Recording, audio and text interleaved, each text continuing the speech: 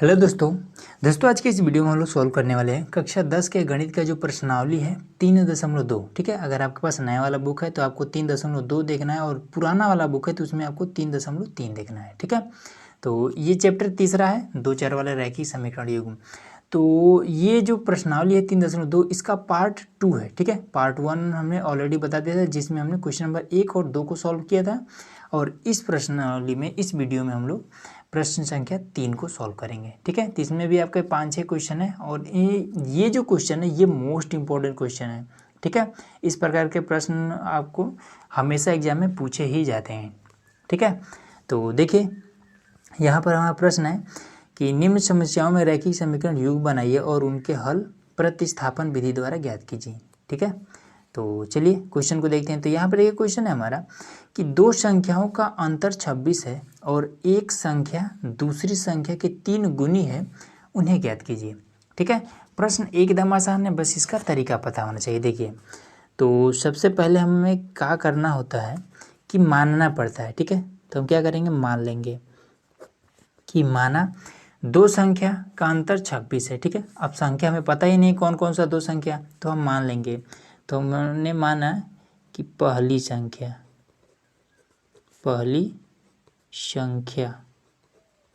हमने मान लिया x। ठीक है, और दूसरी संख्या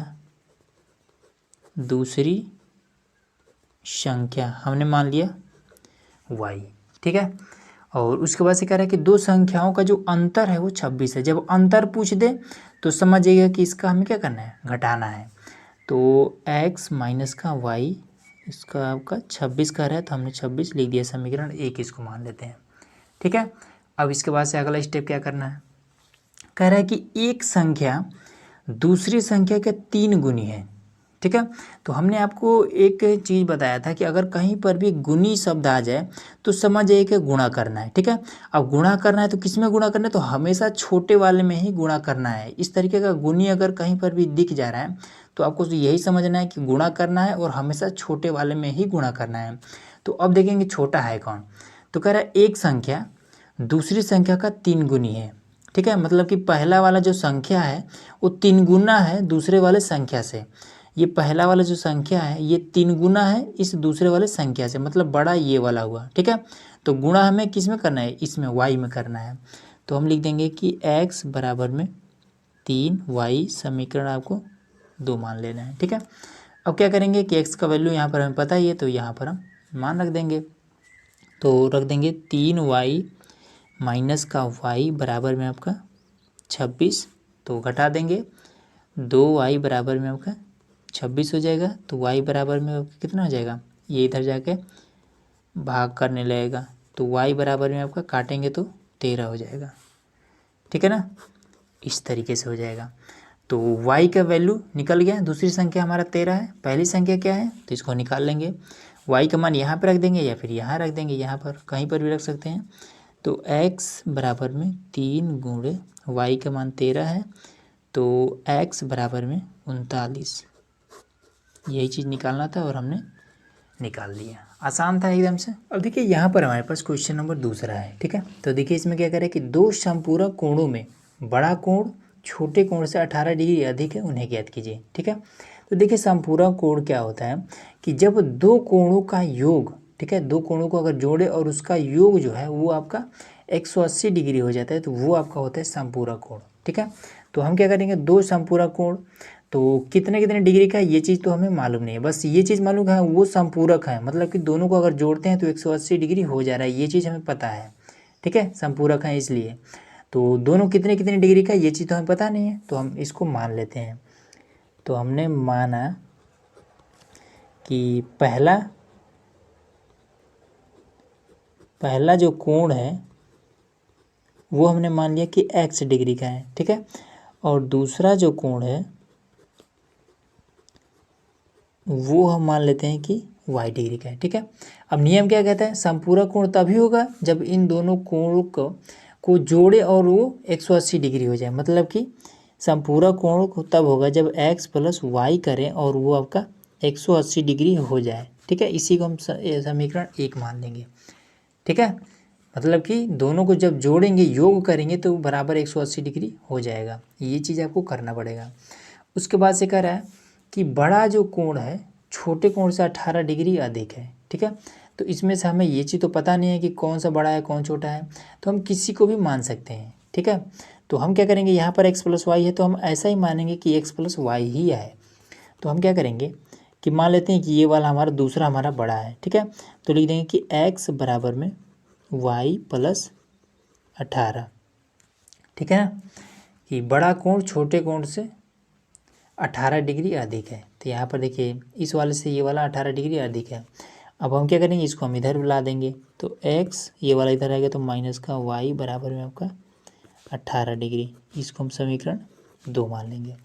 अब इसको हम क्या कर देंगे, हल कर देंगे। वो भी प्रतिस्थापन विधि से हल करना है, तो चलिए कर देते हैं। तो x बराबर में आपका कितना हो जाएगा, इसको जब इधर भेजेंगे तो आपको हो जाएगा 18 माइनस में प्लस का y हो जाएगा। अब यहाँ से हमें क्या मिल गया, x की वैल्यू मिल गया ये वाला, तो हम इस वाले आप समीकरण में x के स्थान पर ये वाला मान पुट कर देंगे। तो यहाँ पर हो जाएगा कितना, x के स्थान पर 18 प्लस में y और यहाँ पर प्लस का y बराबर में आपका 180 डिग्री।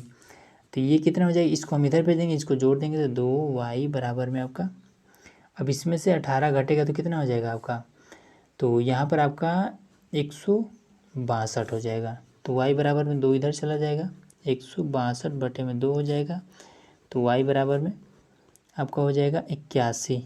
ठीक है, 81 हो जाएगा ये चीज़। ठीक है, अब इसके बाद से देखिए क्या करेंगे कि अब y के वैल्यू को उठाएंगे और आप इस समीकरण 1 में भी रख सकते हैं, 2 में रख सकते हैं और यहाँ पर भी रख सकते हैं। तो ये वाला छोटा यहीं पर रख देते हैं। तो x बराबर में आपका हो जाएगा कितना, 81 और प्लस का 18, तो आपका हो जाएगा 90, 99 हो जाएगा। यही आपका आंसर आ जाएगा। बस थर्ड नंबर क्वेश्चन है। तो देखिए इसमें क्या कर रहा है कि एक क्रिकेट टीम के कोच ने 7 बल्ले तथा 6 गेंद 3800 में खरीदी। बाद में उसने 5 बल्ले और 3 बल्ले और 5 गेंद 1700 में खरीदी। प्रत्येक बल्ले और प्रत्येक गेंद का मूल्य ज्ञात कीजिए। ठीक है, तो देखिए इसको कैसे हल करेंगे। सबसे पहले तो हमें इसमें कह रहा है कि एक एक बल्ले का मूल्य ज्ञात कीजिए। ठीक है, प्रत्येक बल्ला कितने कितने रुपए का, ये चीज़ हमें बताना है। तो हम इसी चीज़ को मान लेंगे। तो माना एक बल्ले का मूल्य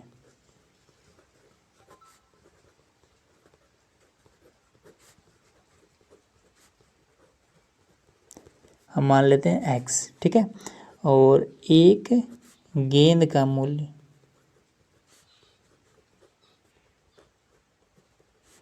हम मान लेते हैं कि y है। ठीक है, अब इसके बाद से देखिए इसमें क्या कह रहा है कि 7 बल्ला है और 6 गेंद है।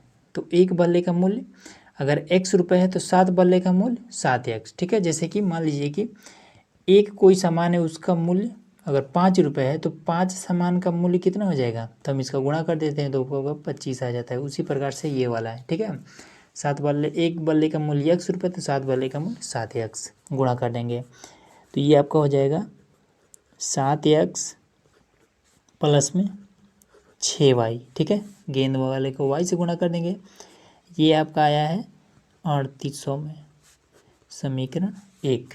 ठीक है, उसके बाद से बाद में उसने 3 बल्ले और 5 गेंद और खरीदे, मतलब कि 3x प्लस में 5y इसने खरीदा 1750 रुपये में, समीकरण 2।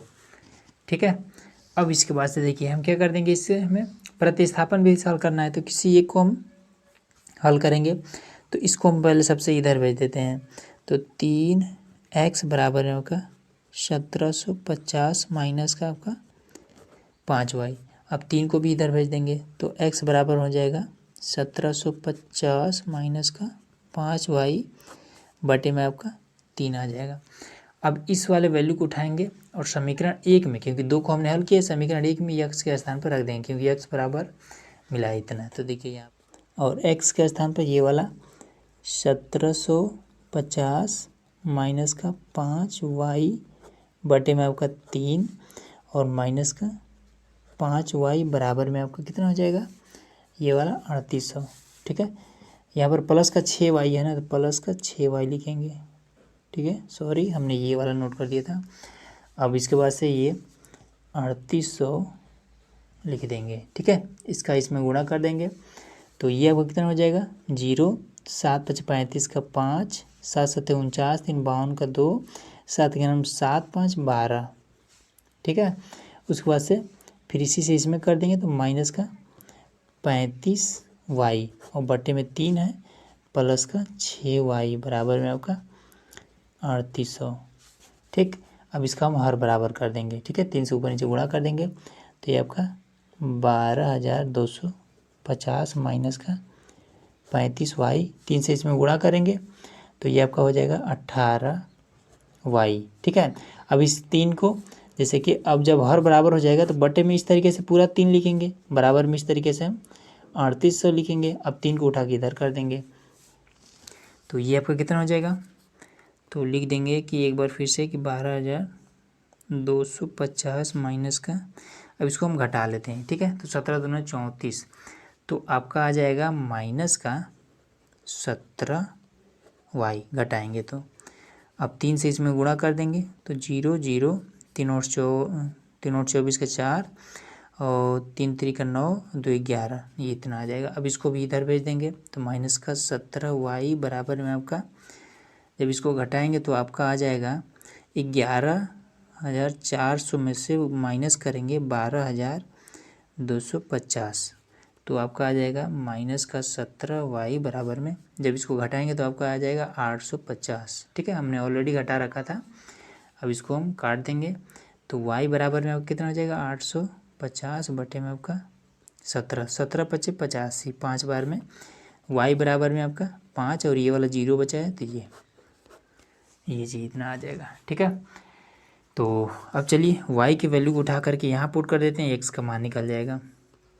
तो x बराबर है आपका 1750 माइनस का यहाँ पर कितना 50 है, तो यहाँ पर हम रख देंगे 50, ठीक है, और गुणे में 5, तो बटे में 3 है, तो x बराबर में आपको कितना हो जाएगा, 1500 बचेगा, ठीक है। इसे गुणा करके जब घटाएंगे तो बटे में 3 है, काट देंगे तो 5 बार में कटेगा, अब पीछे 2 0 है, x बराबर में 500, यही इसका आंसर आ गया, ठीक है। मतलब एक बल्ले का मूल्य 500 रुपये और एक गेंद 50 रुपये का है, ठीक है। चलिए चौथा नंबर हल करते हैं। अब दोस्तों यहाँ पर हमारे पास क्वेश्चन नंबर 4 है, ठीक है। तो देखिए ये वाला जो क्वेश्चन है ये जल्दी समझ में नहीं आता है, ठीक है। मैं आपको एकदम आसान तरीका बताता हूँ कि ये चीज़ है क्या, ठीक है। देखिए सबसे पहले क्वेश्चन को पढ़ते हैं, उसके बाद से मैं आपको तरीका बताता हूँ कि कैसे इसको ईजिली आप समझ सकते हैं। देखिए इसमें कह रहा है कि एक नगर में एक टैक्सी के भाड़े में एक नियत भाड़े के अतिरिक्त चली गई दूरी पर भाड़ा सम्मिलित किया जाता है, ठीक है। अब इसमें ये जो नियत भाड़ा है ये चीज़ है क्या, इसको मैं आसान तरीके से बताता हूँ, आगे पढ़ते हैं। सम्मिलित किया जाता है 10 किमी दूरी के लिए, अगर कहता है कि अगर 10 किमी दूरी तय करना होता है तो 105 रुपये देना पड़ता है, 15 किमी अगर दूरी तय करना पड़ता है तो 155 रुपये देना पड़ता है। नियत भाड़ा और प्रति किमी भाड़ा क्या है, ठीक है। नियत भाड़ा क्या है और प्रति किमी भाड़ा क्या है, मतलब कि अगर 1 किमी जा रहे हैं तो कितना भाड़ा देना पड़ रहा है, और ये नियत भाड़ा क्या है, ये दोनों चीज़ हमें बताना है। बाद में कह रहा है कि एक व्यक्ति को अगर 25 किमी यात्रा करने के लिए कितना पैसा देना पड़ेगा, ये चीज़ इसमें पूछ रहा है लास्ट में, ठीक है। अब चलिए समझ लेते हैं कि नियत भाड़ा क्या है। जैसे कि मान लीजिए हम किसी भी डॉक्टर के पास अगर जाते हैं, ठीक है, तो जाते ही वो वहाँ पर क्या करता है कि मान लीजिए सबसे पहले एक पर्ची कटाना होता है, ठीक है। तो वो क्या करता है कि एक पर्ची कटाते हैं और कहता है कि 250 रुपये आप जमा कर दीजिए, ठीक है। 250 रुपये 300 रुपये चाहे जितना भी मान लीजिए 250 रुपये जमा कर दीजिए। तो ये वाला क्या होता है, उस डॉक्टर का एक पर्सनल चार्ज होता है, ठीक है। बाद में जब वो हमें चेकअप करता है या फिर कोई भी दवा देता है तो उसके लिए कि वो क्या करता है, वो अलग पैसा लेता है। तो ये 250 रुपये क्या है, यही इस डॉक्टर का नियत चार्ज है, ठीक है। तो नियत भाड़ा क्या है, सेम इसी प्रकार से है, ठीक है। ये वाला जो नियत भाड़ा है सेम इसी प्रकार से है। जैसे डॉक्टर पास जाते हैं तो 250 रुपये क्या करता है, वो सबसे पहले ले लेता है, उसके बाद से चेकअप करता है, दवा देता है, चाहे जितने का दवा हो वो आपको अलग से आपको देना पड़ता है। लेकिन ये 250 जो है ये उसका पर्सनल फीस होता है जो हमें पेड करना ही पड़ता है शुरू में ही। तो ये चीज़ होता है नियत भाड़ा, ठीक है। तो सेम यही वाला प्रोसेस इस पर लागू होता है, ठीक है। तो नियत भाड़ा क्या होता है कि जो चीज़ें सबसे पहले ही एकदम से फिक्स होता है वो चीज़ हमारा नियत होता है। तो उसी प्रकार से नियत भाड़ा, तो यहाँ पर क्या कह रहा है कि नगर में एक टैक्सी के भाड़े में एक नियत भाड़ा, तो नियत भाड़ा कितना है ये चीज़ हमें नहीं पता है, तो हम मान लेंगे, ठीक है।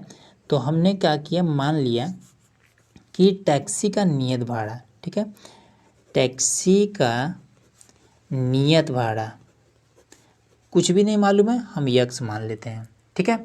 अब इसके बाद से कह रहा है कि नियत भाड़ा के साथ साथ अतिरिक्त चली गई दूरी, मतलब कि नियत भाड़ा के साथ साथ आप जितना किलोमीटर आप जाएंगे, जितना किलोमीटर आप दूरी तय करेंगे उसका आपको अलग से देना पड़ेगा। तो हम क्या कर देंगे, प्रति किमी का भाड़ा, ठीक है, प्रति किमी का भाड़ा। तो लिख देंगे कि प्रति किमी का भाड़ा वो आपको अलग से देना पड़ेगा, ठीक है। जैसे हम लोग जाते हैं तो शुरू में ये तो जमा ही करना पड़ता है, बाद में जब दवा लेते हैं तो वो हमें क्या करना पड़ता है, वो अलग से पेड करना पड़ता है। तो वही चीज़ यहाँ पर है, शुरू वाला ये वाला नियत भाड़ा तो फिक्स है, अब जितना किलोमीटर हम जाएंगे उसका भाड़ा अलग देना पड़ेगा। तो हम मान लेते हैं कि वाई, ठीक है, 1 किमी का हम मान लेते हैं कि वाई रुपये लग रहा है। अब इसके बाद से यहाँ पर देखिए अगला क्या करा है कि एक व्यक्ति है जो 10 किलोमीटर जाता है और 105 रुपये देता है, ठीक है। तो 10 किलोमीटर जाता है 105 रुपये देता है। तो इसमें क्या किया है कि इसमें जो नियत भाड़ा है वो भी सम्मिलित है, सम्मिलित करके उसके पास 105 रुपये दिया है। तो नियत भाड़ा आपका क्या है, एक्स है, तो एक्स, ठीक है, प्लस का कितना किलोमीटर गया है, 1 किलोमीटर का वाई रुपया लग रहा है, तो 10 किलोमीटर का 10 वाई हो जाएगा, 10 वाई। टोटल कितना रुपये दिया है इसने, 105 रुपये दिया। इसी को हम समीकरण 1 मान लेंगे, ठीक है ना। अब इसके बाद से अगला क्या कर रहे हैं, 15 किमी के लिए 155 रुपये, ठीक है। तो इसमें भी 15 किलोमीटर गया है तो इसमें भी नियत भाड़ा तो फिक्स ही रहेगा। तो ये एक्स प्लस में 15, 1 किलोमीटर का वाई रुपया, तो 15 किलोमीटर का 15 वाई हो जाएगा, 155 रुपया उसने टोटल दिया है, समीकरण 2 मान लेंगे, ठीक है। अब इसको हम क्या करेंगे, प्रतिस्थापन विधि से हल कर लेंगे कि नियत भाड़ा कितना है और 1 किलोमीटर का भाड़ा कितना है। तो चलिए इसको हम इधर भेज देते हैं। तो x बराबर में आपका 155 माइनस का आपका हो जाएगा 15 वाई, ठीक है। तो चलिए अब इसको उठा करके हम यहाँ पर रख देते हैं। तो देखिए यहाँ पर आपका हो जाएगा 155 माइनस का 15 वाई और फिर प्लस का 10 वाई बराबर में आपका 105। अब इसको भेज देंगे इधर, अब इसको घटा लेंगे तो माइनस का 5 वाई हो जाएगा, और इसको जब इधर भेज देंगे तो 105 और माइनस का 155, तो माइनस का 5 वाई बराबर में इसको जब घटाएंगे तो आपका 50 आ जाएगा। ये वाला बड़ा है, माइनस लगा लेंगे, इससे ये कट जाएगा, तो वाई बराबर में 50 बटे में 5, तो जब काटेंगे तो 10 बार में कट जाएगा, तो वाई बराबर में आपका 10। तो यहाँ पर क्या पता चला कि 1 किमी का जो भाड़ा है, ठीक है, प्रति किमी का जो भाड़ा है, मतलब 1 किमी का जो भाड़ा है वो आपका 10 रुपया है, ठीक है। अब हम लोग पता कर लेते हैं कि नियत भाड़ा कितना है, मतलब फिक्स वाला जो चार्ज है वो कितना है। तो x बराबर में 155 माइनस का 15 और y के स्थान पर 10 रख देंगे, ठीक है, 10 आया तो कितना हो जाएगा, x बराबर में 155 माइनस का 150, तो आपका आ गया 5। तो जो नियत भाड़ा है वो आपका कितना हो गया, 5 रुपया है, ठीक है। अब कह रहा है कि एक व्यक्ति को 25 किलोमीटर जाना है तो उसको कितना रुपया देना पड़ेगा, मतलब कि कोई व्यक्ति है उसको 25 किलोमीटर जाना है, मतलब कि 25 वाई, सॉरी पहले तो x ये वाला तो आपको साथ में जुड़ा ही रहेगा, 25 किलोमीटर जाना है, 25 वाई बराबर में आपका 0, ठीक है। तो 0 लिखिए या ना लिखिए कोई दिक्कत नहीं है, इतना का हमें बताना है, ठीक है।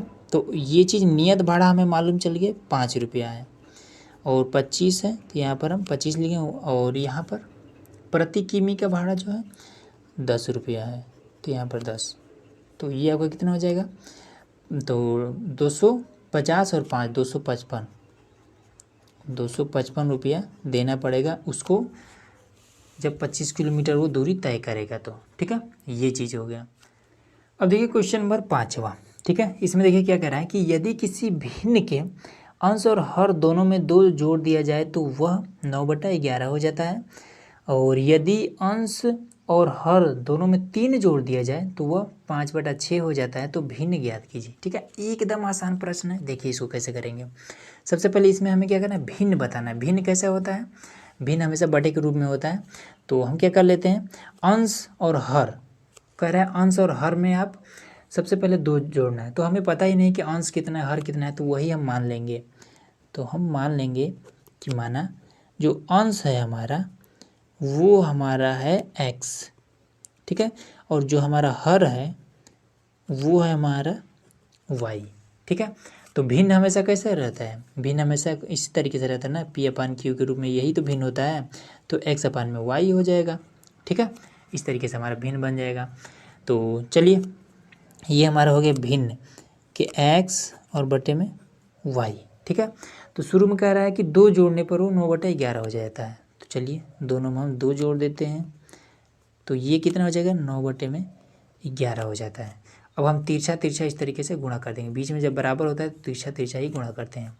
तो ये हमारा हो जाएगा 11x प्लस में 11 दूना 22 बराबर में 9y प्लस में आपका हो जाएगा 18। ठीक, अब इसको इधर भेज देंगे और इसको हम घटा देंगे। तो 11x माइनस का 9y और 18, ये वाला इधर जाएगा तो 18 माइनस का 22। ठीक है, तो 11x माइनस का 9y बराबर में घटाएंगे तो माइनस का 4 आ जाएगा, समीकरण 1। ठीक, ये पहला कंडीशन था। अब चलिए दूसरा कंडीशन देख लेते हैं।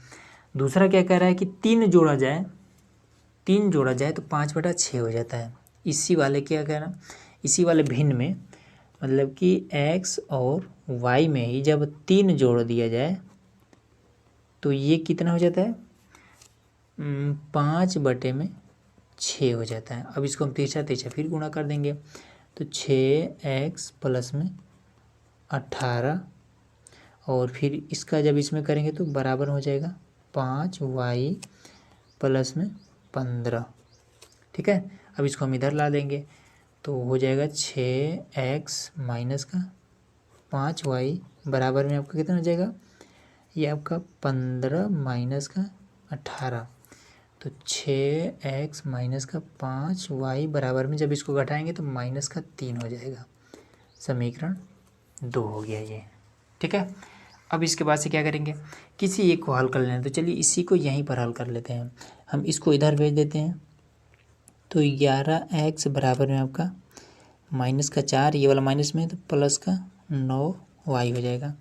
तो x बराबर में कितना हो जाएगा, तो 11 को इसके नीचे कर देंगे तो माइनस का 4 प्लस का 9y बटे में 11। ठीक है, ये चीज़ हो गया। तो 11 बराबर में ये इतना आया है। तो अब क्या करेंगे, सॉरी x बराबर में है तो यहाँ पर x के स्थान पर ये वाला चीज़ पुट कर देंगे। तो देखिए यहाँ पर हो जाएगा 6x के स्थान पर माइनस का 4 प्लस का 9y बटे में 11 और माइनस का 5y, माइनस का 5y बराबर में माइनस का 3। अब इसका इसमें गुणा कर देंगे तो 4 × 6 = 24 माइनस का हो जाएगा 24 और 6 × 9 = 54 प्लस का हो जाएगा, ये वाला जब गुणा होगा तो 54y। ठीक है, और बटे में 11 है और माइनस का यहाँ पर हो जाएगा 5y बराबर में माइनस का 3। ठीक है, अब इसके बाद से देखिए इसको कैसे करेंगे। तो यहाँ पर देखिए अब इसके बाद से क्या कर देंगे, अब इसका हम हर बराबर कर लेंगे। ठीक है, ऊपर नीचे 11 से गुणा कर देंगे। तो यहाँ पर आपका हो जाएगा, पहले तो इसको लिख लेते हैं, माइनस का 24 और प्लस का 54y माइनस का 11 × 5 = 55y और उसके बाद से सबके बटे में हो जाएगा 11 बराबर माइनस का 3।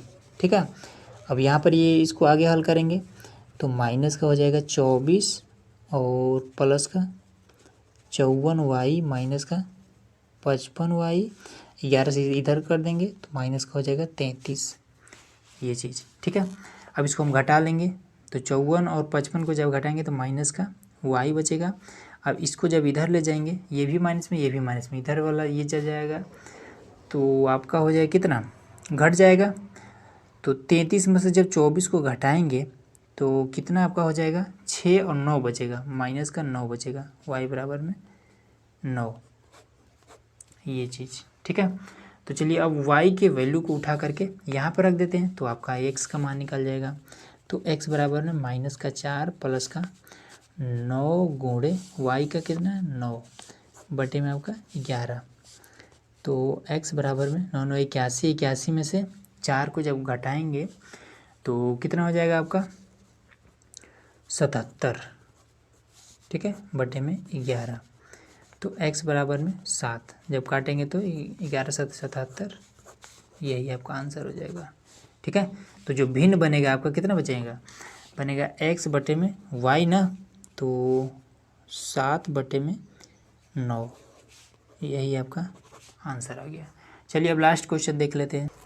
अब देखिए यहाँ पर है हमारे पास लास्ट क्वेश्चन। ठीक है, तो देखिए ये वाला क्वेश्चन एकदम आसान है। देखिए इसको सबसे पहले कैसे हल करेंगे, तो कह रहा है कि 5 वर्ष बाद जैकब की आयु उसके पुत्र की आयु के 3 गुना है। ठीक है, उसके बाद से कह रहा है कि 5 वर्ष पूर्व, देखिए यहाँ पर बाद की बात कर रहा है, यहाँ पर 5 वर्ष पूर्व मतलब कि इस समय जितना भी है उससे 5 वर्ष पहले जाना है। तो पहले जैकब की आयु पुत्र की आयु के 7 गुनी थी, तो उनकी वर्तमान आयु क्या है। ठीक है, तो हम मान लेंगे, तो माना जैकब की वर्तमान आयु x है। ठीक है, और पुत्र की वर्तमान आयु हम मान लेते हैं y है।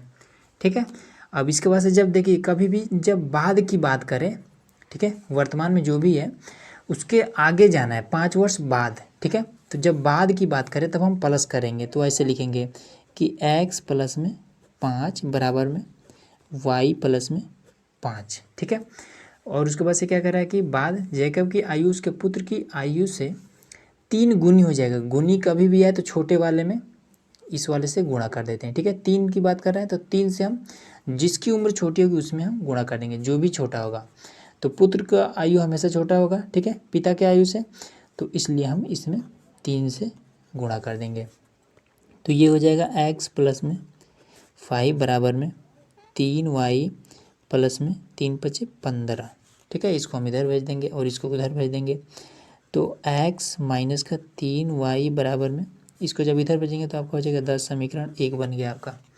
ठीक है, दूसरा कह रहा है 5 वर्ष पूर्व, जब पूर्व की बात करेगा तब हम माइनस करेंगे, तो लिखेंगे कि x माइनस का 5 बराबर में y माइनस का 5। ठीक है, तो पूर्व की बात कर रहा है। अब देखिए कितना, उसके बाद से कह रहा है जैकब की आयु पुत्र की आयु के 7 गुनी थी। गुनी है यहाँ पर, मतलब गुणा करना है, 7 से गुणा करना है, किस में, जिसकी आयु छोटी है, तो इसका पुत्र की आयु छोटी है, 7 से गुणा कर दिया।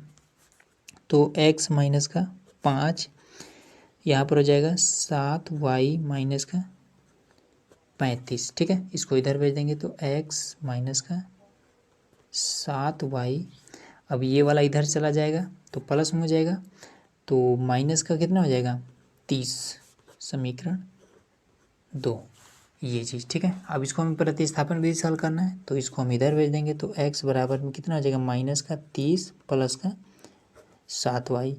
अब इसको उठा करके हम क्या करें, समीकरण 1 में रख देंगे, तो यहाँ पर देखिए, तो यहाँ पर आपका हो जाएगा x के स्थान पर माइनस का 30 प्लस का 7y और फिर माइनस का 3y बराबर में आपका 10।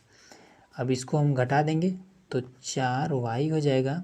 अब ये वाला इधर जाएगा तो माइनस में प्लस में हो जाएगा, तो 40 हो जाएगा। तो y बराबर में आपका 40 बटे में 4, घटा देंगे मतलब भाग करेंगे तो y बराबर में आपका हो जाएगा 10, 10 चौका 40।